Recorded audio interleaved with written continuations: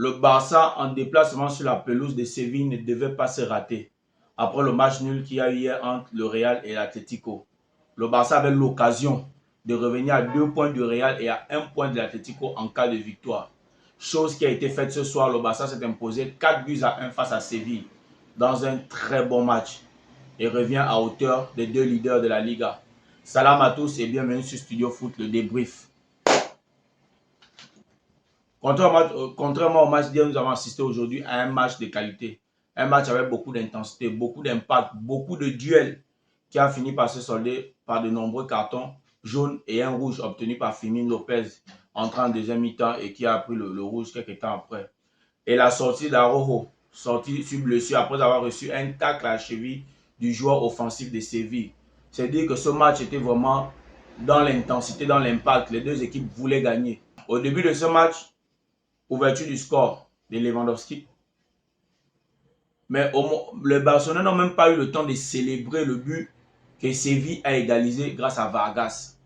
Dans un système de jeu qu'ils ont mis en place et qui a fonctionné durant toute la première mi-temps. Quel est ce système? Le double appel. Séville a utilisé ce soir le double appel. On a un premier joueur qui fait l'appel. Lorsque la défense de Barcelone monte pour mettre celui-ci en hors-jeu, il y a un second joueur qui fait l'appel et c'est à lui qu'est destiné le ballon. Séville l'a fait en première mi-temps. Je ne sais pas pourquoi en deuxième mi-temps, ils n'ont pas réussi à le faire. Peut-être que le Barça a trouvé la faille pour gérer ce système vu que Séville a été déclaré plusieurs fois hors-jeu en seconde période.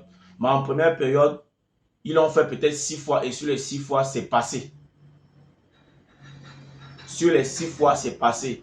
C'est-à-dire que le système mis en place par Séville offensivement aujourd'hui a marché. Tout ce qui les a manqué, c'est l'efficacité.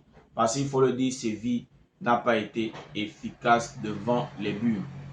Séville n'a pas été efficace devant les buts. Et c'est sur un duel de coup pour coup et tout que les deux équipes vont au vestiaire. Du retour des vestiaires, le Barça procède à des changements. Firmín Lopez rentre. Et il faut dire que celui-ci fait une très belle entrée, puisque quelques minutes après son entrée, sur un centre de Pedri, le maestro, il marque un but de la tête.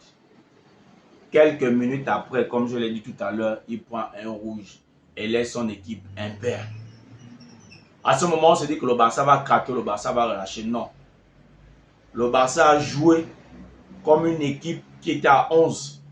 Le Barça a continué à imposer son jeu, à mettre la patte. Même si au niveau des duels, l'équilibre est un peu revenu. Mais déjà dès le départ du match, au niveau des duels, c'était équilibré. Car l'attaque du Barça s'est heurtée à une très bonne défense de Séville. Bien compacte, bien en place, présent dans les duels. D'où le magnifique match de Badé. Le défenseur international français a fait un très bon match. Avec ce missile qu'il a mis à Chesney. Chesney qui a repoussé le ballon. Si on regarde le score, on va dire que voilà, Séville a été complètement dominé. Non, mais nous qui avons suivi le match, on sait que c'était un très bon match, c'était équilibré. Séville a joué. Il y a eu un manque d'efficacité, mais Séville a joué avec ses armes. Séville a été compact. Ils ont fait des remontées. Mais quelque part, ça se sentait quand même qu'ils devaient relâcher parce qu'en premier temps, ils ont mis beaucoup d'intensité. Et lorsque vous mettez beaucoup d'intensité, il faut être capable de le faire jusqu'à la fin du match. Et pour ça, il faut avoir une profondeur de banc de touche. Je pense que Séville n'a pas la profondeur de banc de touche. Et avec une attaque inefficace, voilà, à un moment donné, le moral prend un coup. Donc, le Barça a été très solide. Le Barça a fait un très bon match. Dites-moi en commentaire comment vous avez trouvé ce match, comment vous avez trouvé la prestation du Barça lorsque celui-ci s'est retrouvé à 10 contre 11 après le rouge de Firmín. Ce match a eu beaucoup de gestes techniques. Et tu vois, et vous voyez, c'est ça. À un moment donné, lors d'un match, il faut ces petits éclats de génie là pour nous mettre bien là, pour nous donner le sentiment, voilà, le goût du match. Il y a eu ce magnifique geste de Rafinha, ce magnifique geste de Baldé. Rafinha d'ailleurs qui marque le deuxième but, le troisième but du Barça. Sur une magnifique frappe pied droit à l'entrée de la surface tendue. Je pense qu'à l'heure actuelle, il suffit juste d'un titre au Barça, que ce soit la Liga ou la Champions League, pour que Rafinha soit Ballon d'Or. Il est le favori au titre du Ballon d'Or, car depuis le début de la saison, il est le footballeur, le joueur le plus efficace.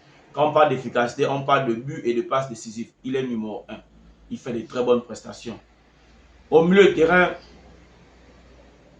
je le dis déjà, ça fait 2-3 vidéos. Le Barça peut jouer aujourd'hui d'une équipe très, très compacte due au boulot, au travail que Hansi Flick fait. Mais il y a des génies qui se révèlent. Et parmi ces génies, on parle beaucoup de Yamal. Yamal qui a fait un match moyen aujourd'hui.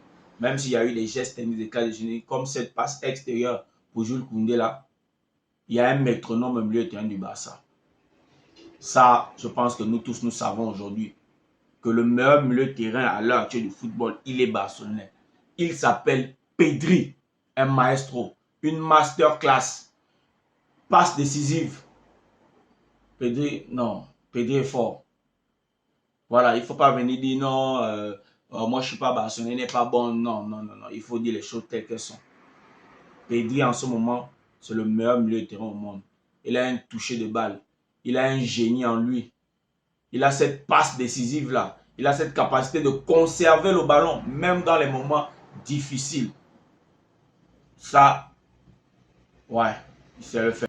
Fermin Lopez, qui fait une très belle entrée, qui marque, mais après prend le rouge. Il faut aussi noter les bonnes entrées de Olmo et Eric Garcia. Eric Garcia qui d'ailleurs marque le 4e but barcelonais sur un centre de Rafinha. Et je pense que là, le Barça vient de marquer des points, de se mettre en confiance pour la suite. Dites-moi comment vous avez trouvé ce match en commentaire. Merci à ceux qui sont déjà abonnés à la chaîne. Ceux qui ne le sont pas, abonnez-vous. Cliquez sur la cloche de notification afin d'être alerté des prochaines vidéos. Commentez, likez, partagez. On se dit à plus pour un autre débrief. Ciao.